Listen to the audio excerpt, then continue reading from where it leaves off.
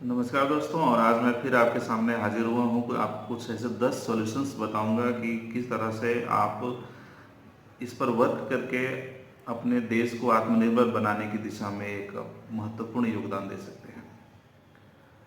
सबसे पहला यह है कि शिक्षा टीवी सबसे सशक्त माध्यम है, जैसा कि आप जानते हैं। और टीवी पर सिर्फ कंस्ट्रक्टिव एंड पॉजिटिव जानकारी ही शेयर किया जाए। मैं कई बार ये कह चुका हूँ कि टीवी पर सिर्फ कंस्ट्रक्टिव एंड पॉजिटिव जानकारी ही शेयर किया जाए। हम बहुत गलत न्यूज़ गार्बेज दिन रात सुन रहे हैं और हमारे बच्चों पे बहुत असर हो रहा है। टेलीविज़न पर हर वर्ग के लिए आत्मनिर्भर बनने का साधन और प्रक्रिया समझाई जाए। आत्मनिर्भर बनने के लिए सिर्फ हमें सोचना नहीं होगा, उसके लिए कुछ करना पड़ेगा। और करने के लिए हमें कुछ जानना जरूरी है, जानकारियाँ आवश्यक हैं।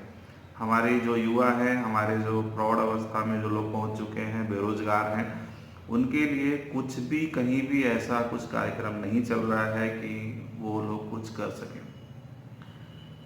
फिर मैं वही बात बोल रहा हूँ, टेलीविज़न एक सशक्त माध्यम है और इसका उपयोग करके हम बहुत ही अच्छा कर सकते हैं। टेलीविज़न पर हर वर्ग के लिए ये कार्यक्रम ज़्यादा से ज़्यादा दिखाए जाएँ। टीवी पर मोटिवेशनल स्पीकर्स को बुलाया जाए। टीवी पर मोटिवेशनल स्पीकर्स के कार्यक्रम किए जाएं। सुशांत सिंह राजपूत के जैसे कदम कोई बच्चा ना उठाए, उस पर वर्क किया जाए। योगा, एक्सरसाइज से संबंधित कार्यक्रम दिखाए जाएं। ज़्यादा से ज़्यादा धारावाहिकों को बंद कीजिए, बेकार के सीरियल्स को बंद कीजिए, उनका बहिष्कार कीजिए। सरकारों से मांग कीजिए कि ऐसे कार्यक्रम हमको नहीं देखने हैं। अगर ये कार्यक्रम बनते भी हैं तो सबसे अच्छा तरीका है कि आप इनको देखना बंद कर दीजिए, स्वतः बंद हो जाएंगे। दूसरी एक नई बात आज आपको मैं बता रहा हूँ कि मंदिरों और मस्जिदों में बहुत पैसा आता है। ये नई बात नहीं है।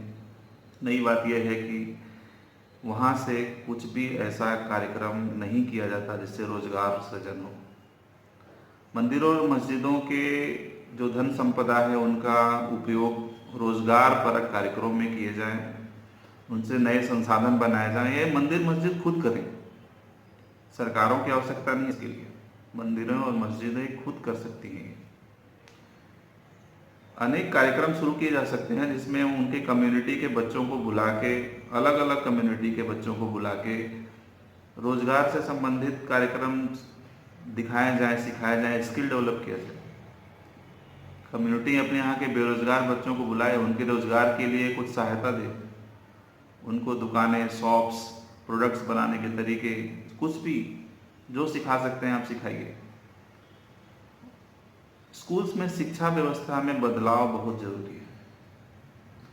मैं बार बार यही चीज़ कह रहा हूँ कि स्कूलों में शिक्षा व्यवस्था बहुत खराब हो चुकी है।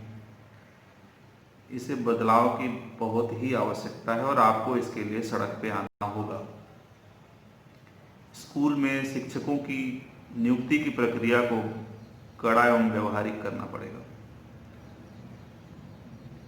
मैं यहाँ इस माध्यम से ये बताना चाहता हूँ कि स्कूलों में टीचर्स की क्वालिटी बहुत ही ख़राब हो चुकी है। उसका कारण ये है कि स्कूल्स उनको अच्छा वेतन